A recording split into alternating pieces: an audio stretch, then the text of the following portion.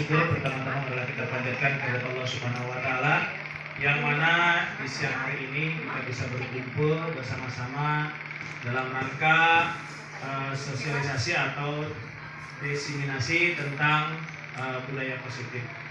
Salawat beserta salam tidak lupa kita limpahkan kepada Habibana wa Nabiyana Muhammad sallallahu alaihi wasallam. Para guru hebat, terima kasih saya ucapkan sekali lagi sudah bisa hadir dalam waktu yang udah siang. Kaluhur Pak, salah itu mencetna kahanap. Nah. Baiklah, yang akan kita bahas hari ini adalah dimensi budaya positif. Dan untuk agenda hari ini yang pertama adalah kita lakukan speaking dulu ya. Masih ingat ya lagu Profil Pelajar Pancasila?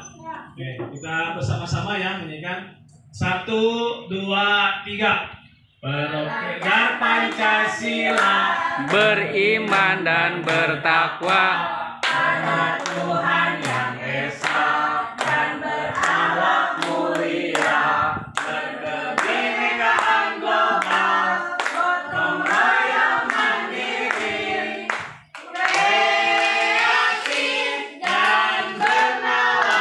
Sekali lagi ya, 1, 2, 3. Pelajar Pancasila, beriman dan bertakwa pada Tuhan yang Esa dan berakhlak mulia, berkebinekaan global, gotong royong mandiri, kreatif bernalar kritis. Coba belakang, tarik ke depan, tarik ke belakang, tarik ke depan, simpan di dagu.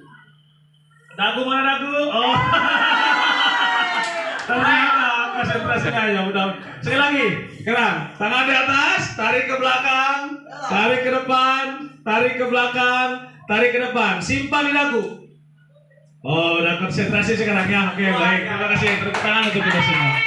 Sebuah target untuk kita semua untuk menguatkan profil pelajar Pancasila.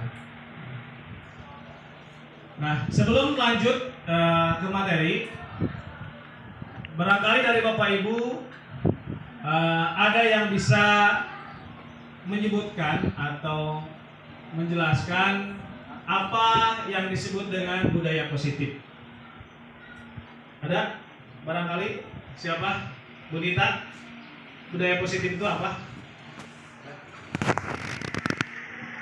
Baik, saya mencoba menjawab walaupun nanti mungkin kurang tepat gitu ya.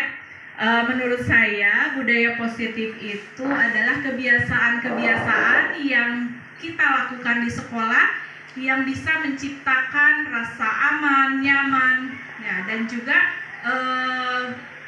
istilahnya membuat peserta didik itu betah di sekolah. Seperti itu mungkin. Terima kasih Bu Nita. Tepuk tangan untuk Bu Nita. Barangkali ada yang bisa lagi menambahkan dari yang lain. Udah cukup ya. Nah, kita lihat selanjutnya. Positif merupakan perwujudan dari nilai-nilai atau keyakinan universal yang diterapkan di sekolah. Budaya positif dapat menumbuhkan motivasi intrinsik dalam diri anak untuk menjadi pribadi yang bertanggung jawab dan budi pekerti yang luhur. Next. Nah, sebelum dilanjutkan mengenai budaya positif, ini ada pertanyaan pemantik Bapak Ibu ya. Bapak Ibu cukup menjawab setuju atau tidak.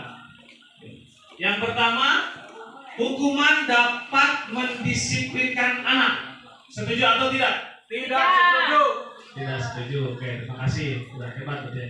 Kemudian, pemberian hukuman dengan hal positif seperti membaca atau membersihkan halaman sekolah dapat meningkatkan disiplin anak. Apakah setuju atau tidak? Tidak setuju. Tidak setuju. Mungkin ada juga yang setuju ya. Selanjutnya, memberi penghargaan dapat meningkatkan motivasi belajar anak. Setuju atau tidak? Pak Yuki, setuju atau tidak? Apabila kita memberikan penghargaan dapat meningkatkan memberi penghargaan supaya anak kedepannya bisa lebih kreatif gitu ya, lebih kreatif dan lebih berpikir kritis gitu Pak. Jadi si anak kedepannya bisa menjadi pendapat dari Pak Yuki ya. Ini pengalaman saya pribadi ya, terlepas dari setuju atau tidak. Tapi saya karena di kelas saat itu, saya waktu sekolah saat itu bukan salah satu siswa yang berprestasi dan telat dalam menangkap pembelajaran. Ketika ada salah satu teman yang dikasih hadiah sebuah reward, itu membuat saya insecure Pak. Justru merasa diri saya itu kumaha gitu Pak. Seperti itu Pak. Terima kasih. Ya, terima kasih. Oke, terima kasih kepada Bu Septi dan Pak Yuki yang sudah memberikan pendapatnya, meskipun pendapatnya berbeda. Nanti kita akan bahas bersama-sama mana yang akan kita sepakati dan kita lanjutkan. Nah. Materi kita hari ini adalah yang pertama disiplin positif dan nilai-nilai kebajikan universal, kemudian teori motivasi, hukuman dan penghargaan restitusi, keyakinan kelas, kebutuhan dasar manusia dan dunia berkualitas, kemudian restitusi 5 posisi kontrol, dan restitusi atau segitiga restitusi. Disiplin sering diterapkan dengan menggunakan teknik hukuman. Nah, perubahan paradigma. Nah, ini ada contoh. Saya minta untuk diperhatikan Bapak Ibu. Nah, di sini ada contoh, ada A dan B. Anda dan teman Anda. Nah ini, misalkan gini, Pak Diki memegang kertas yang sudah dituliskan, dipegang. Kemudian Pak Diki memegang erat apa yang sudah Pak Diki tulis dalam kertas. Nah, kemudian teman Pak Diki akan mencoba dengan sekuat tenaga dengan berbagai cara untuk meminta Anda memberikan benda tersebut. Nah, B di seribu cek Pak Diki wah moal ya kan. Boga dia 1 juta oke. Tapi bisa begitu terus sok kamu tadi bikin kudek dengan sok siapa nih malu gitu kan ya. Terus bisa seperti itu. Atau menghadik, merayu, atau menyuap dan lain sebagainya. Nah, apa saja dapat membuka kepelantangan Anda? Apa yang terjadi? Nah, lanjut. Di sini adalah berarti kita bisa berpendapat bahwa Pak Diki adalah sebagai pemegang kontrol. Ya, nah di sini yang kita akan tuju. Stimulus respons. Siapa sesungguhnya yang memiliki kontrol? Kita mencoba mengubah orang agar berpandangan sama dengan kita. Kita berusaha memahami pandangan orang lain tentang dunia. Perilaku buruk dilihat sebagai suatu kesalahan. Semua perilaku memiliki tujuan. Belum tentu itu semua buruk. Ya. Orang lain bisa mengkontrol saya, hanya Anda yang bisa mengontrol diri Anda. Jadi diri kita yang bisa mengendalikan. Itu seperti tadi yang kepala tangan tadi. Memaksakan Anda pada saat rujukan gagal, kolaborasi dan konsensus menciptakan pilihan-pilihan baru. Ya, kemudian model berpikir menang atau kalah, model berpikir menang. Ya, lanjut. Nah, ini adalah makna daripada disiplin. Berasal dari bahasa Latin yaitu disiplina yang artinya belajar. Makna asal seperti itu. Lanjut ya. Nah, sekarang tadi yang mengenai tentang nilai-nilai kebijakan universal. Ini yang perlu kita kembangkan pada individu dan anak. Yang pertama nilai kebajikan adalah sifat-sifat positif manusia yang merupakan tujuan mulia yang ingin dapat setiap individu. Nilai tersebut bersifat universal dan lintas bahasa, suku, bangsa, agama maupun latar belakang.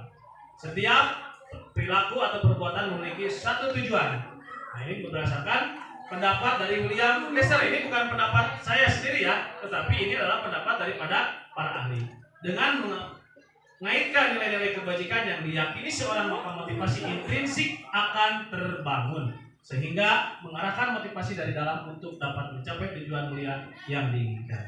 Ini daripada Desen 1998. Nilai-nilai kebajikan yang ingin dicapai setiap anak Indonesia kita kenal dengan profil pelajar Pancasila yang tadi kita lakukan speaking di awal. Ya. Nah, berarti yang harus dikembangkan di sekolah kita ini adalah yang pertama, nilai kebajikan ingin dicapai oleh setiap anak Indonesia. Yang pertama adalah beriman. Beriman, bertakwa kepada Tuhan yang Maha Esa. Kemudian berakhlak mulia. Lanjut yaitu mandiri, bernalar kritis, berkebinekaan global, bergotong royong dan kreatif. Mandiri yaitu berarti anak sudah bisa mandi sendiri, gitu ya. Ada yang bisa memberikan itu nggak? Yang disebut dengan mandiri itu seperti apa? Kalau beriman, bertakwa mungkin sudah tahu ya. Ada yang bisa memberikan penjelasan mandiri itu seperti apa? Mungkin Bu Eyet, silakan. Terima kasih Pak Dini. Mandiri menurut saya yaitu melakukan sesuatu sudah bisa sendiri. Oke. Siap. Tepuk tangan Bu Eyet. Mungkin silakan Bu Fitri ya. Assalamualaikum warahmatullahi wabarakatuh. Salam. Kalau menurut saya pribadi, mandiri itu artinya sudah menumbuhkan kesadaran. Jadi anak tersebut tidak harus diperintah, tapi atas kesadaran sendiri mampu melakukan hal-hal yang maksudnya positif gitu ya, sudah itu. Jadi tidak usah disuruh harus ini sih, tapi harus dari kesadaran sendiri. Terima kasih tepuk tangan untuk Bu Fitri dan Bu Eyet. Terima kasih atas pendapatnya ya. Kemudian ada bernalar Itu mana yang baik atau mana yang buruk, jadi sudah bisa memilah dan memilih, mungkin seperti itu. Terima kasih. Tepuk tangan untuk Bunita. Bisa tepuk tangan? Oke. Semangat. Nah, ini kalau untuk gotong royong kreatif mungkin bisa aja. Nah, sekarang berkebinekaan global, Bapak Ibu. Berkebinekaan global itu seperti apa? Mungkin ada yang bisa memberikan penjelasan? Mungkin toleransi, Pak. Toleransi? Ya. Oke, ya bisa jadi toleransi, saling menghargai, ya terus menerima perbedaan dan sebagainya. Itu adalah salah satu contoh berkebinekaan global. Lanjut ya. Nah, itu tadi kita sudah selesai tentang pembelajaran pertama. Sekarang lanjut ke pembelajaran kedua, yaitu teori motivasi hukuman dan penghargaan restitusi. Nah ini teori motivasi perilaku manusia. Yang pertama, untuk menghindari ketidaknyamanan atau hukuman apa yang akan terjadi apabila saya tidak melakukannya. Kemudian untuk mendapatkan imbalan dari orang lain atau institusi, apa yang akan saya dapatkan apabila saya melakukannya. Untuk ketiga yaitu untuk menghargai diri sendiri. Saya akan menjadi orang yang seperti apa bila saya melakukannya.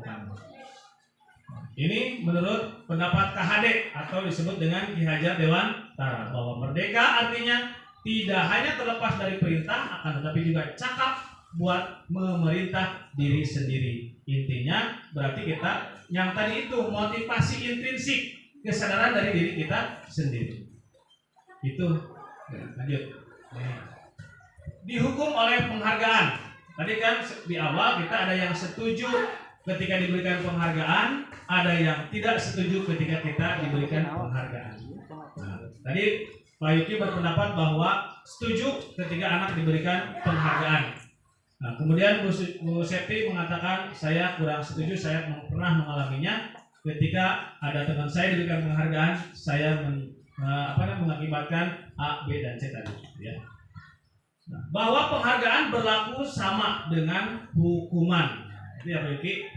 Ya, bahwa ini bukan pendapat Denny Irawan ya, tapi ini adalah pendapat para ahli. Alfie Kohn 1993. Ya. Bahwa penghargaan berlaku sama dengan hukuman, dalam arti meminta atau membujuk seseorang melakukan sesuatu untuk memenuhi suatu tujuan tertentu dari orang yang meminta atau membujuk. Dorongannya eksternal dan ada faktor ketergantungan. Beberapa dampak dari pemberian penghargaan yang tadi, ya. Betul sekali Bu Septi, ya. Karena pengaruh jangka pendek dan jangka panjang ini, ya. Bukan salah, tetapi kita rubah paradigma yang baru dengan seperti ini, ya. Paradigma yang lama kita rubah dengan paradigma yang baru. Karena kita sesuai dengan filosofi KHD, yaitu mengikuti kodrat alam dan kodrat zaman. Lanjutnya, karena dapat penghargaan menghukum, kemudian penghargaan tidak efektif, penghargaan merusak hubungan. Penghargaan, nah dihukum oleh penghargaan menurunkan kualitas, kemudian penghargaan mematikan kreativitas, penghargaan mengurangi motivasi intrinsik. Yang tadinya semangat, seperti tadi yang timbul dari Gosepti, karena sudah diberikan motivasi reward temannya, akhirnya karena dia belum bisa, misalkan akhirnya insecure ketika ingin melakukan hal yang itu tadi. Penghargaan menurunkan kualitas dan kreativitas serta motivasi intrinsik. Ya, jadi sekarang itu tidak kita ubah paradigma kita untuk tidak melakukan hukuman dan tidak memberikan hadiah. Bagaimana? Nanti kita selanjutnya akan dibahas. Nah, ini bentuk program kebajikan. Yang pertama adalah memberikan dukungan secara khusus, memberi dukungan secara pribadi kepada semua murid, kemudian memberikan pengakuan kepada semua murid atau bergantian beri pengakuan secara konsisten, fokus pada proses.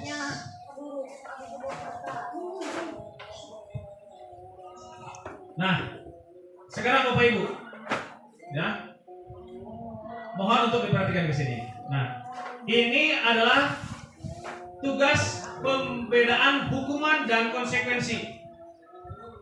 Saya minta Bapak Ibu bisa membedakan mana yang termasuk dalam hukuman dan mana yang termasuk dalam konsekuensi. Yang pertama, mencatat 100 kali di dalam buku kalimat, saya tidak akan terlambat lagi karena terlambat ke sekolah. Hukuman. Oke, nanti kita lihat ya, betul atau tidak. Yang kedua, lari mengelilingi lapang basket 2 kali karena terlambat hadir di sekolah. Hukuman. Murid diminta untuk push up 15 kali karena tidak menggunakan masker ke sekolah. Hukuman. Ada hukuman, ada konsekuensi. Nanti kita lihat ya. Menggantikan kertas tugas teman yang telah dicoret-coret. Konsekuensi. Membersihkan tumpahan air di meja tulis karena tersenggol pada saat konsekuensi. Murid disuruh untuk mengenakan sepatu seharian di sekolah karena tidak mengenakan sepatu hitam. Hukuman. Yang kedua, lari mengelilingi lapang basket 2 kali karena terlambat 10 menit. Konsekuensi. Ada hukuman apa? Kita lihat ya, gimana jawabannya? Oh, betul. Aku betul. Ini berarti menjadikan tambahan wawasan pengetahuan bagi kita semua bahwa mana yang masuk terhadap hukuman, mana termasuk ke dalam konsekuensi. Di sini ada 2 guru olahraga yang berarti kita nanti bisa melihat mana yang ketika anak terlambat apakah dikasih konsekuensi apakah hukuman. Menurut pendapat tadi kita tidak boleh. Nah, itu mudah-mudahan dengan kita mengikuti IHT hari ini, mudah-mudahan kita timbul motivasi intrinsik dari diri kita sendiri untuk selalu membiasakan budaya-budaya positif. Apa itu restitusi?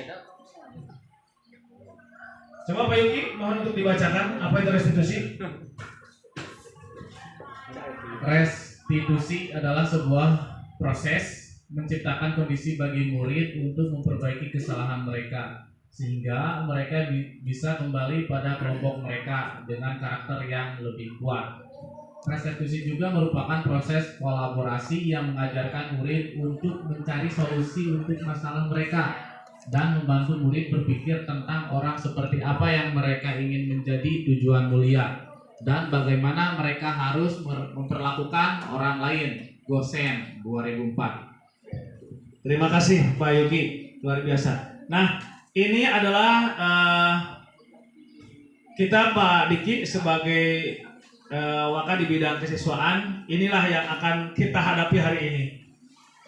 Dulu biasanya kita ketika menyelesaikan anak langsung berdiri di depan tiang bendera, push up. Nah, mudah-mudahan dengan mengikuti IHT hari ini paradigma kita dan mindset kita bisa berubah. Nah, dan mudah-mudahan kita semua bisa mengikuti pendidikan guru penggerak ya. Nah, baik. Ciri-ciri restitusi bukan untuk menembus kesalahan, namun untuk belajar dari kesalahan. Jadi intinya disalahkan mah mungkin oke gitu nya. Nah, yang kedua memperbaiki hubungan. Jadi tidak ada dendam. Biasanya budak yang dihukum amok akhirnya tadi ditantungkan tadi push up dan sebagainya. Kemudian tawaran bukan paksaan. Restitusi menuntun untuk melihat ke dalam diri. Restitusi mencari kebutuhan dasar yang mendasari tindakan. Restitusi diri adalah cara yang paling baik Restitusi adalah fokus pada karakter bukan tindakan. Restitusi fokus pada solusi. Restitusi mengembalikan murid yang berbuat salah pada kelompoknya. Ini kita masuk ke keyakinan kelas. Ini apalagi sebagai wali kelas, dari mulai sekarang berarti kita harus bisa membuat keyakinan kelas agar anak tidak merasa atau tumbuh kedisiplinan dari diri sendiri. Bukan karena adanya tata tertib sekolah, tetapi dia membuat keyakinan kelas sendiri. Nih. Nah, mengapa tidak peraturan saja? Mengapa harus keyakinan kelas? Mengapa kita memiliki peraturan harus menggunakan helm bila mengendarai kendaraan? Ini kita ya. Mengapa kita memiliki peraturan harus menggunakan helm bila kita mengendarai kendaraan roda 2? Kira-kira banyak kunaon kan? Kurang lamun perpendaran jauh, misalkan atau dekat, gitu kan harus menggunakan helm.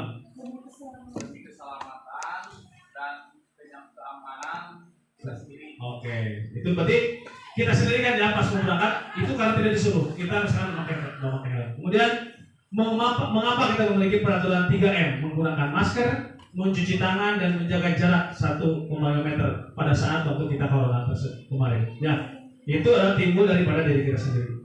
Kemudian mengapa kita memiliki peraturan harus datang tepat waktu pada saat mengikuti pelatihan? Untuk mendukung motivasi intrinsik kembali ke nilai-nilai keyakinan lebih menggerakkan seseorang dibandingkan mengikuti serangkaian peraturan-peraturan. Beda ketika kita datang keyakinan pada diri sendiri dengan kurang menepati peraturan, asa terbebani, tetapi lalu sudah timbul dari yakin dari diri sendiri, itu akan mengalir dengan sendirinya dan akan ada kepuasan batin. Berita jarak di Cikadaka, Kecamatan Cibadak, K. Cimas. Karena timbul keyakinan dan kenyamanan, kepuasan batin, tidak merasa capek cici di Cimas. Insya Allah mudah-mudahan tetap betah dan tidak mau pindah. Amin. Amin. Amin kentongnya. Itu ya. Nah, sekarang kita lanjut ke pembelajaran keempat, yaitu kebutuhan dasar manusia dan dunia berkualitas. Nah, kita sebagai manusia yang normal, kita pasti memiliki kebutuhan dasar manusia. Ya, apa saja itu kebutuhan dasar manusia? Ini, ya. Ini adalah dasar kebutuhan manusia. Tidak munafik, semua orang pasti membutuhkan ini. Yang pertama kasih sayang, ya. Kemudian kasih sayang dan rasa diterima. Kemudian kesenangan dan kebebasan penguasaan serta bertahan hidup. Ini adalah kebutuhan dasar manusia. Lanjut, ya. Kebutuhan dasar manusia. Kita tidak munafik berarti kita juga membutuhkan uang, membutuhkan rekreasi, kemudian bersenang-senang. Itulah. Pernah saya melihat ada konten seorang guru bahwa guru harus tetap waras dan bahagia, gitu ya. Itu betul sekali manusia. Inilah mungkin kebutuhan dasar manusia untuk tetap waras dan bahagia. Nah, oke, lanjut ke pembelajaran kelima, yaitu posisi kontrol. Nah, ini Pak Diki yang akan kita gas hari ini. Karena kita sebagai kasih kesiswaan, kemudian kita juga bisa berkolaborasi dengan guru yang lain. Mudah-mudahan dengan membahas materi ini kita akan menyamakan mindset atau pola pikir kita. Nah, posisi kontrol. Ini ya.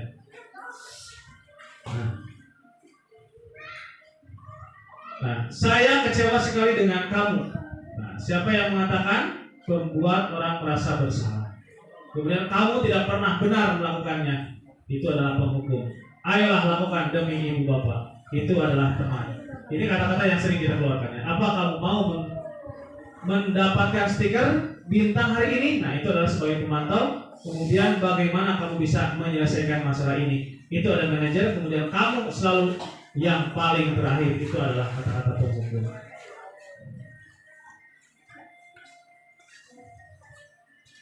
Selanjutnya adalah segitiga restitusi. Ini adalah jurus yang harus ampuh dalam menyelesaikan masalah-masalah yang ada di sekolah kita.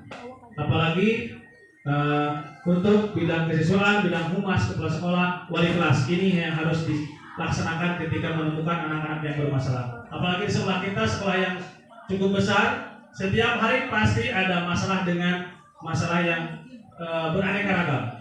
Dan inilah solusi untuk menyelesaikannya, yaitu dengan solusi segitiga restitusi. Nah, yang pertama, kita adalah validasi menstabilkan dulu identitas. Langkah pertama kita bisa dari menstabilkan identitas. Oke, bisa. Misalkan nih, ada kasus. Oh boleh, Pak Yuki. Coba Pak Yuki ke sini.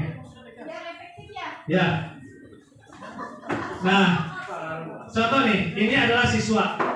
Ya. Ya, ini contoh Pak Yuki adalah siswa. Hari ini Pak Yuki anak ini siswa ya, berarti nama saya nggak panggil Pak lagi, ini panggilnya Ronaldo. Ronaldo, kamu kenapa ini contohnya kasusnya ya, Ronaldo pakai sepatu putih. Seharusnya hari ini adalah sepatunya sekolah itu hitam. Standar ini tidak sesuai dengan standar. Nah, bagaimana cara menyelesaikannya? Kita dengan proses dengan segitiga restitusi. Yang pertama kita menstabilkan dulu identitas. Kita dekati anak, ya, dengan lembut. Jangan dulu kayak seperti ini. Kayak mana kita pulang pakai sepatu bodas. Nyawa tuh atau salah dulu kita seperti itu. Mungkin. Nah, termasuk saya yang sering saya lakukan seperti itu, ya, karena dengan seperti ini mudah-mudahan ini adalah merubah paradigma saya. Ya. Sekarang Pak Diki berarti kita harus seperti itu ketika menyelesaikan anak. Ya, kita dekati dengan anak. Ya, kalau laki-laki boleh lah dengan menyentuh ini ya. Kalau perempuan jangan. Ya, Ronaldo, Bapak mau tahu kenapa Ronaldo memakai sepatu putih hari ini? Basah Pak, sepertinya basah. Nah, itu alasan rata-rata alasan daripada semua itu basah, sobek dan sebagainya. Oke, basah. Ronaldo masih punya sepatu yang lain nggak selain yang hitamnya cuma satu apa masih ada? Cuma satu. Nah itu adalah kita menstabilkan identitas. Kemudian kita validasi kebutuhan. Ya, Bapak kasih kira-kira Ronaldo kalau sudah kering, nah tadi kan rasanya basah, mau tidak nanti memakai lagi yang hitam? Tahu nggak aturan di sekolah itu harus seperti apa? Harus memakai sepatu hitam, apalagi hari Senin. Oke. Nah, Ronaldo merasa bersalah tidak? Bersalah Pak. Merasa bersalah. Akan memperbaikinya? Akan memperbaikinya tidak? Akan Pak. Nah, itu adalah cara kita validasi kepada anak. Nah, kemudian selanjutnya adalah menanyakan keyakinan kelas. Nah, keyakinan kelas kita apa yang Ronaldo tahu? Tadi kan sudah menjawab, yaitu akan selalu memakai sepatu hitam ya setiap hari. Dan saya tanyakan tadi bahwa dia sudah melakukan kesalahan. Dan selanjutnya nilai-nilai apa yang telah kita sepakati, yang disepakati oleh anak tadi adalah memakai sepatu hitam setiap hari. Dan nah seperti itulah. Jadi supaya, silakan Pak Yuki untuk lagi. Nah itu adalah supaya menumbuhkan motivasi intrinsik dari dalam diri anak bahwa dia merasa bersalah sendiri. Kemudian dia tahu keyakinan kelas bahwa untuk siswa itu harus memakai seragam sepatu sesuai dengan orang lain. Tujuannya kita anak sudah tahu bahwa di sekolah harus memakai sepatu hitam. Nah itulah ya berbagai macam kasus. Yang pertama kita dekati siswa dengan baik. Jadi agar anak tidak merasa dendam. Gitu kan? Apalagi tadi Pak Diki sampai dihukum, terus sama malah pakai sepatu bodas, wayah anak kudu lompat bebek. Nah itu tidak boleh hari ini ya. Nah mudah-mudahan dengan seperti ini kita bisa menyamakan persepsi untuk menyelesaikan anak. Nih ya. Ini salah satunya yang tadi untuk membuat anak yang merasa gagal karena berbuat salah menjadi positif. Guru berkata, berbuat salah itu hal yang manusiawi. Tidak ada manusia yang Nah ini kita berikan kepada anak. Ya. Siapa yang salah, Bapak Ibu lebih tertarik untuk menyelesaikan masalah. Nah seperti ini, dengan guru berkata, kamu bisa saja akan melakukan hal yang lebih baik lagi, lebih buruk, tapi kamu tidak melakukannya, kan? Nah, itu pertanyaan-pertanyaan menanyakan keyakinan. Nah, yang tadi adalah menanyakan menstabilkan identitas. Tadi ini contohnya. Kemudian lanjut. Nah ini adalah menanyakan keyakinan yang terakhir. Apa nilai yang kita percaya di kelas? nilai-nilai universal apa saja yang telah kita sepakati, yaitu tidak memakai sepatu kita. Oke. Terima kasih Bapak Ibu ya, untuk penyampaian hari ini sudah saya kira sudah tuntas ya. Dan terakhir saya minta kepada Bapak Ibu untuk memberikan refleksi untuk pertemuan hari ini. Siapa yang mau memberikan refleksi untuk pertemuan hari ini? Bu Septi. Assalamualaikum warahmatullahi wabarakatuh. Di sini ada 4 refleksi ya, hal baru apa yang mengubah paradigma saya yang saya dapatkan. Paradigma pertama, refleksi yang pertama itu mengubah paradigma saya dalam hal memberikan aturan kepada anak yang tadi sudah Bapak praktekkan mengenai segitiga restitusi, yang pada saat ini saya menyadari bahwa sebelumnya ternyata apa yang saya lakukan itu belum sepenuhnya tepat, jadi butuh perbaikan lagi. Kemudian perasaannya apa? Perasaannya saya bahagia sekali, timbulnya motivasi intrinsik dari diri saya agar menjadi orang yang lebih baik lagi. Kemudian saya akan menjadi among. Seperti apa multimodal ini? Saya akan menjadi guru yang menuntun anak kepada kodrat alam dan kodrat zamannya. Terima kasih. Oke, terima kasih Bu Septi. Tepuk tangan untuk Bu Septi. Oke, ya. Alhamdulillah, mudah-mudahan dengan kegiatan hari ini kita bisa menyamakan persepsi untuk di Sivitas Akademi SMA Negeri 2 Cimas bisa lebih baik lagi, gurunya bisa lebih hebat lagi. Dan terakhir, saya mohon maaf apabila ada beberapa kata yang kurang berkenan, kemudian ada pendapat-pendapat yang kurang tepat. Mari kita berkolaborasi bersama-sama untuk lebih baik lagi. Terima kasih. Assalamualaikum warahmatullahi wabarakatuh. Waalaikumsalam warahmatullahi wabarakatuh. Absen dan lain sebagainya. Sebelum dilanjut ke pembelajaran, Bapak akan membuat kegiatan kelas. Kalian tahu kan di sekolah itu ada tata tertib? Yang kalian tahu tata tertib di sekolah apa aja? Nah, harus berpakaian rapi. Siswa harus berpakaian rapi. Terus tidak boleh datang terlambat. Apa boy? Kita tulis ya. Nah, ini ada peraturan.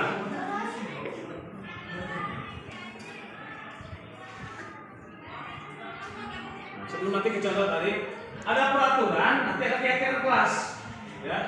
Kalau peraturan itu yang dibuat oleh bapak atau guru atau dibuat oleh sekolah, ya. Nah, maksudnya ada yang dibuat oleh guru dan dibuat oleh sekolah, gitu kan? Nah, kalau kegiatan kelas yang membuat, yang menyepakati adalah kita semua. Paham? Jadi nanti apa yang kalian inginkan kita muat aja di sini. Nah, sekarang dari peraturan atau yang sekolah tadi kata Rifa apa?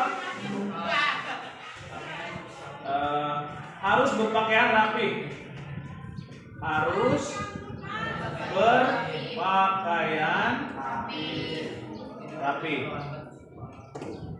Kemudian tidak terlambat. Tidak boleh terlambat datang ke sekolah.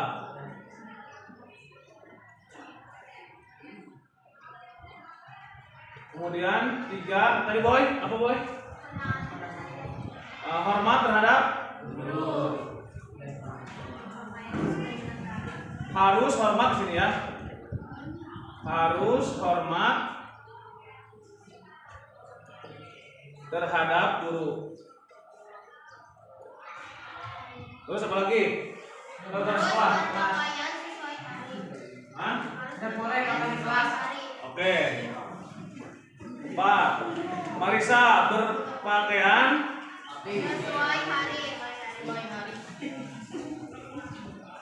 harus berpakaian sesuai hari. Misalkan Senin putih-putih, untuk Selasa putih biru ya. Kemudian tadi tidak boleh makan di kelas. Ya, Pak.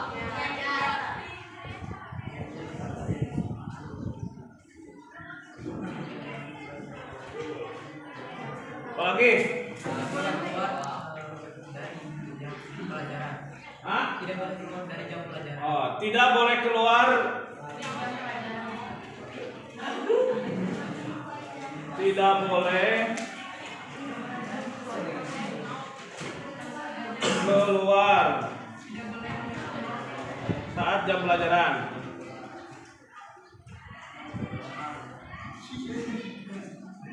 Terus untuk itu, kalian lihat apa itu?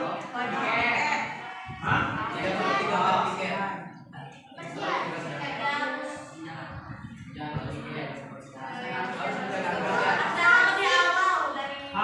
Petugas piket harus petugas piket datang lebih harus datang ya. Ini peraturan asalnya peraturan seperti ya, harus datang.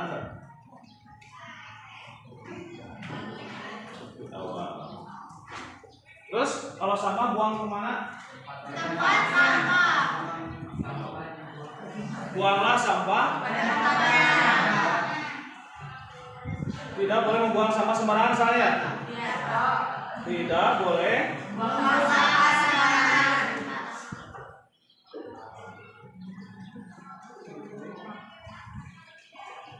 Sembarangan.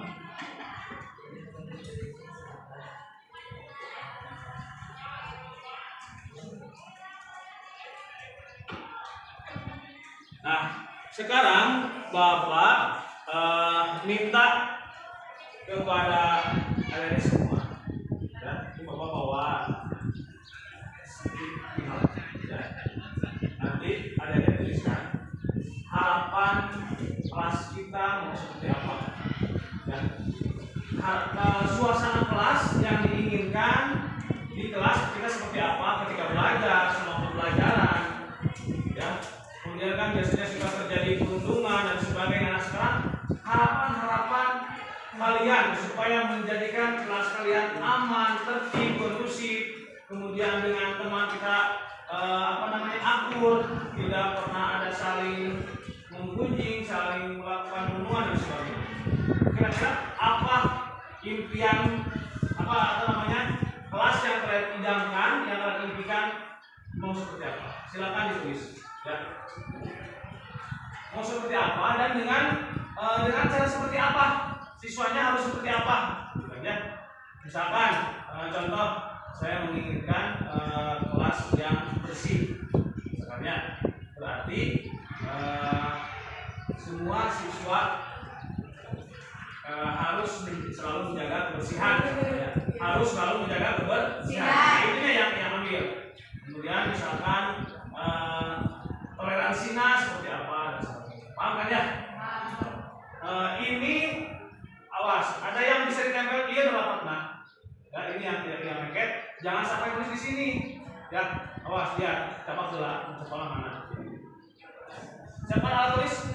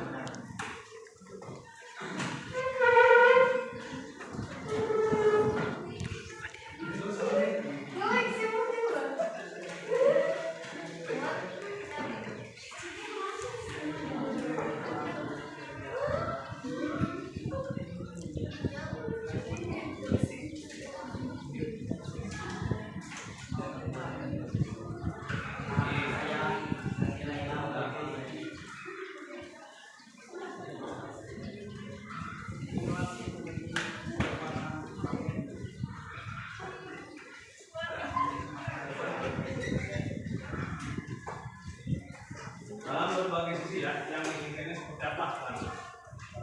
Dengan kemana? Jadi kalian punya impian atau ada yang didapat di kelas itu seperti apa?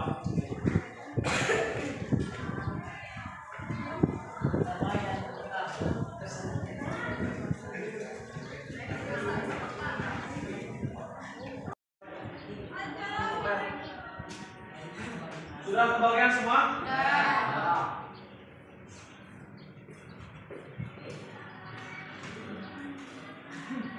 silakan ditulis satu aja. Harapan yang kalian inginkan seperti apa, kemudian berarti tindakannya harus seperti apa.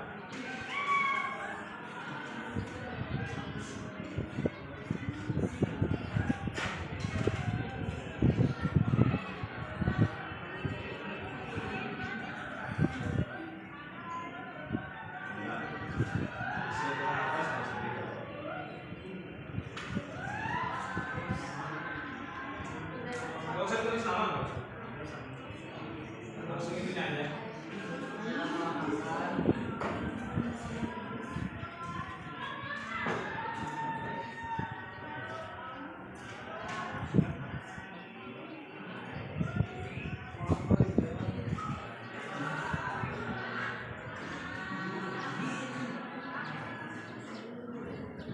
Bisa berkaca dari sini. Bisa nih, ini kan ada beberapa peraturan. Nah, kalau masih bisa dipakai sekarang kira-kira seperti apa? Misalkan menginginkan siswa yang berpakaian rapi, saling menghormati, saling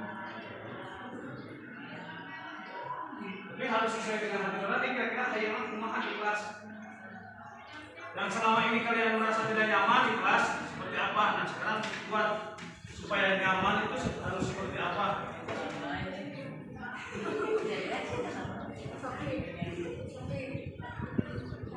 Yang sudah sampai di sini ya.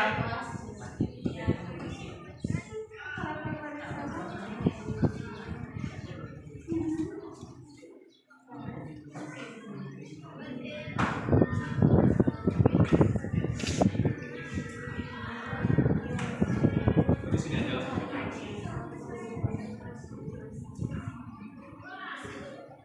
Kalau yang sudah silakan tempel. Nanti kita baca bareng. Sudah?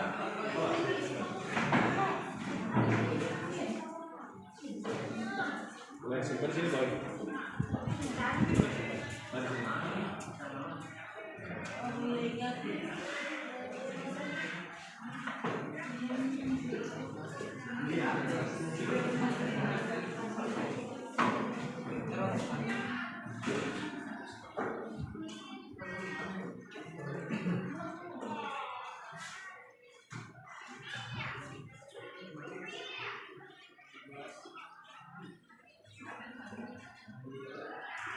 Sudah beres?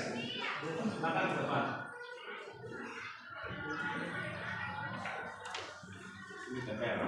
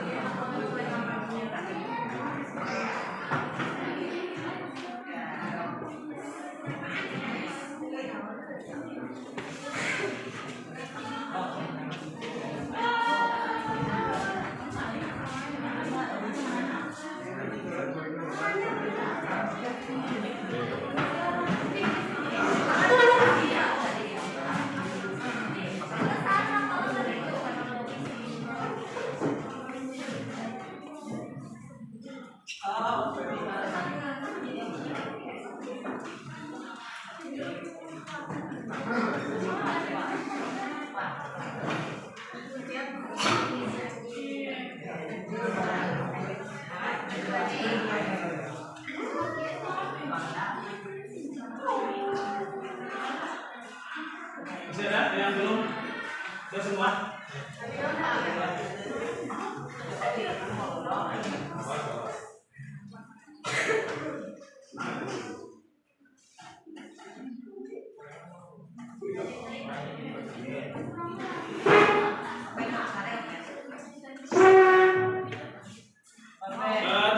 Tadi ada peraturan ya, ada yang tadi kita bahas peraturan. Ada masalah nggak selama ini di kelas?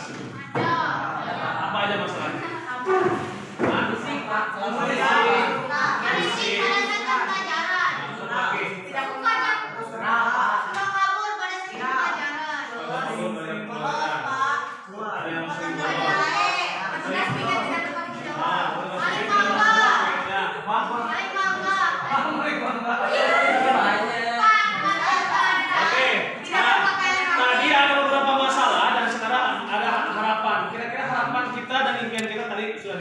Nah, kita akan baca dulu sekarang. Nah, ini 1, 2, 3, 4, 5, 6, 4, 24. Nah, ada yang belum nanti muncul. Ya. Kita baca dulu ya. Nah, dengarkan. Saya ingin kelas saya aman dari pembulian, kerusuhan dan lain-lain, dan saya ingin tenang di kelas. Tulis ya. Tulis di sini ya. Berarti di yang pertama masalah perundungan ya, perundungan atau pembulian, bullying atau perundungan. Perundungan aja ya, perundungan.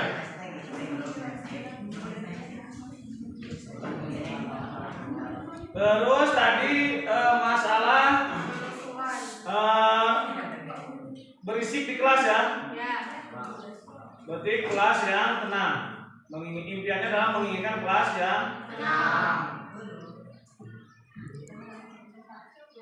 Bapak tanya, mau nggak kelas yang tenang? Mau. Kelas yang. Kemudian tidak ada perundungan. Mau tidak? Mau. Nah, contohnya perundungan seperti kemarin kalian sudah tahu kan ya? Maksudnya apa? Kelas yang tenang itu sebetulnya kalian sudah tahu. Nah, sekarang kita simpulkan dulu di harapan-harapan ya. Jadi tadi tidak ada perundungan, ya. Tidak ada perundungan. Kemudian kelas, suasana kelas yang tenang. Nah, lanjut. Aku ingin kelas 9A ruangannya dingin biar semua murid enggak gerak. Nah, berarti harus apa?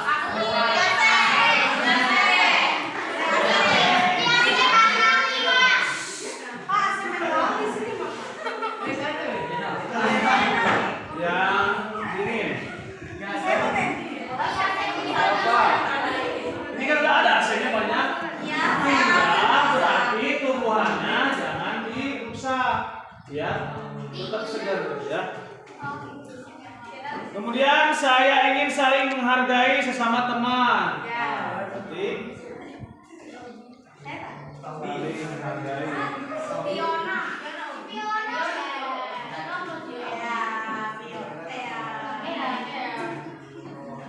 Mau nggak? Kira-kira mau saling menghargai, tenang nggak? Kan? Nah ini ya kita buat bersama. Kemudian saya menginginkan kelas saya yang tentram dan nyaman. Berarti sama dengan yang tadi ya. Suasana kelas yang tenang ya, sama. Lanjut ini saya menginginkan kelas kita tidak membuang sampah sembarangan. Berarti di sini membuang ya, sok tempel sini.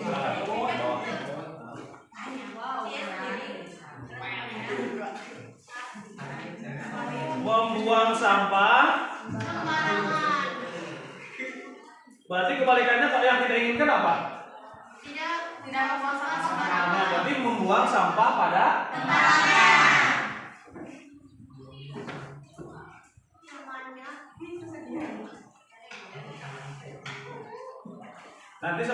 nanti tulis ya, dan kita buatkan di tulis kata.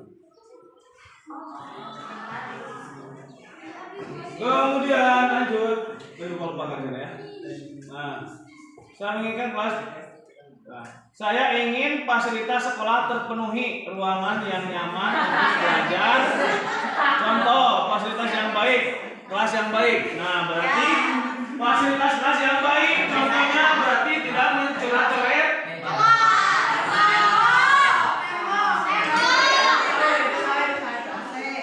Tidak mencoret-coret meja dan tembok.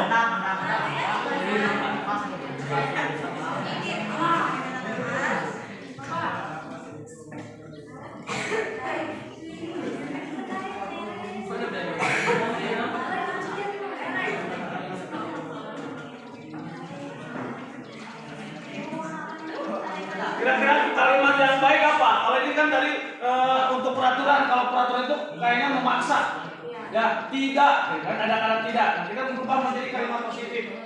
Berarti kalau itu menjaga agar meja dan tembok tetap bersih.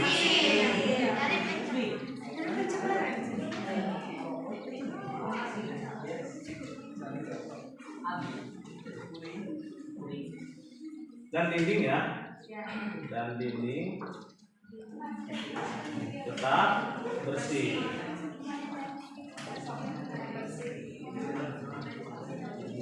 Banyak ini ya. Ingin menjadi lebih baik lagi daripada sebelumnya.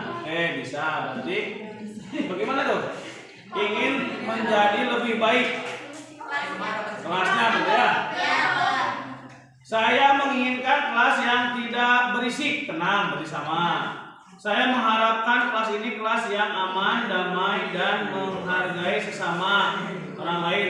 Atau aslinya. Nah, berarti ternyata harapan-harapan kamu itu bagus sekali, ya. Makanya nanti mudah-mudahan dengan sudah dibuatkannya keyakinan kelas, suasana kelas yang kalian impikan bisa dilaksanakan. Kemudian saya ingin teman-teman saya untuk menghormati terhadap guru. Oke, berarti dia menghormati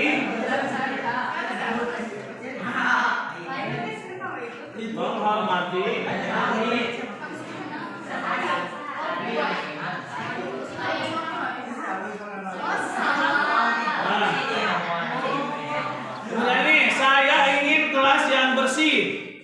Contohnya tidak membuang sampah sembarangan. Itu tadi ya. Membuang sampah pada tempatnya. Saya mengharapkan kelas ini kelas yang damai, aman, dan saling menghargai sesama orang lain. Kan? Berarti keinginannya hampir sama kan? Benar nggak? Suasana yang tenang, saling menghargai, menghormati, kelas yang bersih. Kamu ingin kelas seperti itu? Nah, kemudian saya menginginkan ketika sedang belajar di dalam kelas, suasana di kelas tertib dan tenang, tidak berisik, sama kan? Tidak saling connect tadi waktu buka. Harapan saya ingin atau menginginkan siswa atau murid yang tenang pada saat jam pelajaran, sama. Berarti mana terus? Saya menginginkan petugas piket di kelas ini melakukan kewajibannya. Berarti di sini selalu mengerjakan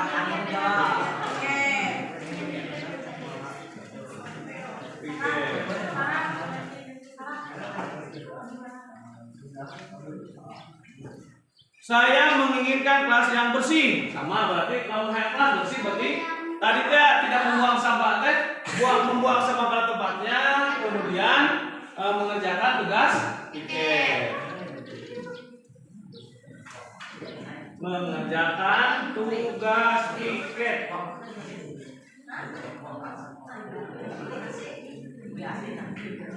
Terus ini coba lihat sini, saya menginginkan kelas saya harus berpakaian rapi. Nah, bagus. Berarti di sini berpakaian pakai rapi kan kumaha? Bajunya dimasukkan, tidak dikeluarkan. Kemudian pakaiannya tidak banyak coret. Sepatunya sesuai dengan. Lihat lagi sini. Ingin memiliki kelas yang damai dan tentram, harus menjaga ketertiban dan harus kompak. Ya, berarti kompak ya.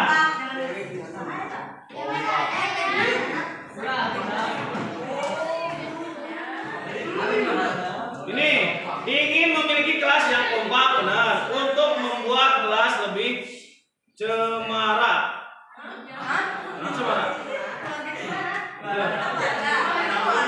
Lebih bersih, berarti lebih adem ya. Dan saya ingin mempunyai kelas yang bersih dan damai. Saya berharap kelas ini kelas yang paling baik. Nah, berarti. Amin. Kalau kesepakatan kelasnya kita sepakati, yakin kelas ini akan lebih baik daripada kelas-kelas yang lain. Saya ingin mempunyai kelas yang bersih, tertib, damai, dan baik. Saya ingin melihat kelas bersih dan nyaman. Sama. Saya mengharapkan kelas ini menjadi kelas yang aman dan saling menghargai antara teman satu yang lainnya. Harapan saya, sudah sama ya tadi ya.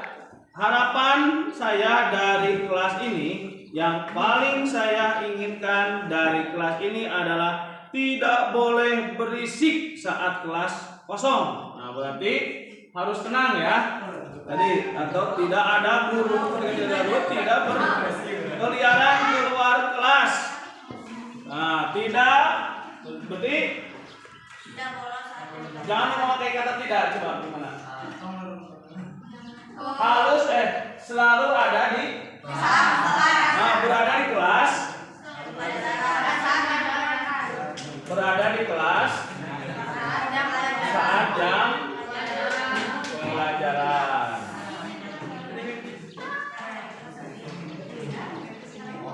Ini harapan saya ketika di dalam kelas maupun di luar kelas, saya ingin kelas saya aman, tertib, dan kondusif. Saya ingin kelas saya melaksanakan atau membudayakan 5S tersebut, yaitu senyum, salam, sopan, santun. Nah, berarti budaya 5S ya. Budaya 5S, yaitu senyum, salam, sopan, santun. Terima kasih. Baiklah, mari kita simpulkan bersama-sama ya. Mulai sini. Yang pertama, tidak ada perundungan. Setuju tidak? Setuju. Ini awas ya. Yang membuat adalah kalian semua. Betul tidak? Betul. Ini yang harapan ini harapan dari kelas 9 apa daripada ini? 9. Clear ya? Yang kedua, suasana kelas yang tenang. Setuju? Setuju. Suasana kelas yang dingin. Setuju? Saling menghargai antar teman. Setuju? Yang kompak ya. Membuang sampah pada tempatnya. Setuju?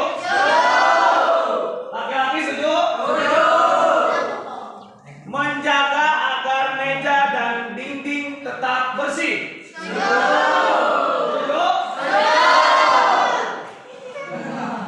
Menghormati guru. Setuju? Mengerjakan tugas piket. Setuju? Berpakaian rapi. Setuju? Kompak dan solid. Setuju? Berada di kelas saat pelajaran. Setuju? Budaya 5S, senyum, salam, sopan, santun. Setuju? Senyum, salam, sopan, santun. Setuju?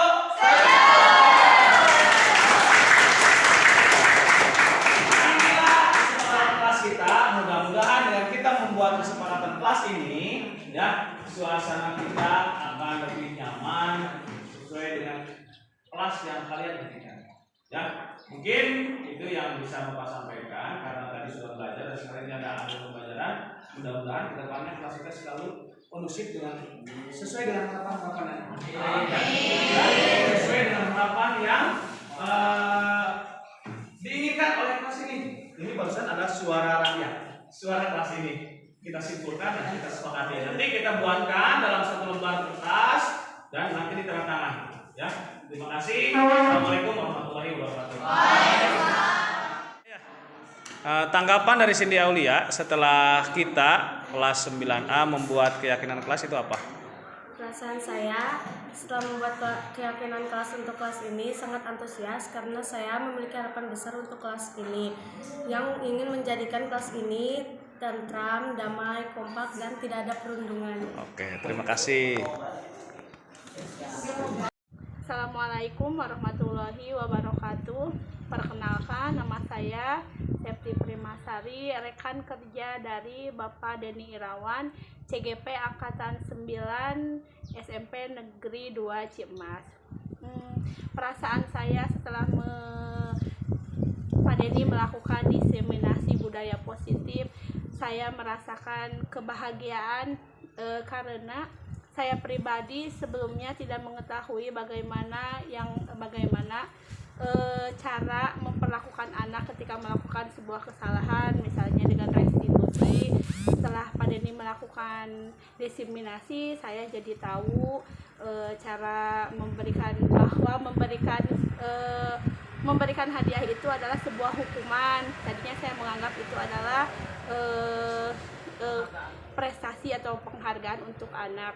Harapan kedepannya semoga budaya positif ini bisa dilaksanakan dengan baik, dipraktekkan oleh saya menjadi pendidik yang bisa menuntun anak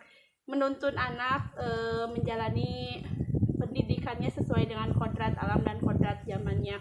Terima kasih. Wassalamualaikum warahmatullahi wabarakatuh. Assalamualaikum warahmatullahi wabarakatuh. Perkenalkan, nama saya Denny Irawan, CGP Angkatan 9 SMPN Negeri 2 Ciamas, Kabupaten Sukabumi. Perasaan saya setelah mengikuti diseminasi merasa senang dan bahagia karena sudah bisa memberikan pengimbasan atau menyampaikan kepada rekan sejawat berikut warga sekolah tentang budaya positif, dan harapan kedepannya mudah-mudahan setelah dilaksanakannya diseminasi terhadap warga sekolah, semoga kita semua bisa melaksanakannya budaya-budaya positif secara seksama dan selalu bisa berkolaborasi dan bisa berdampak terhadap sekolah yang berpihak terhadap murid. Itu yang bisa saya sampaikan. Terima kasih. Wassalamualaikum warahmatullahi wabarakatuh.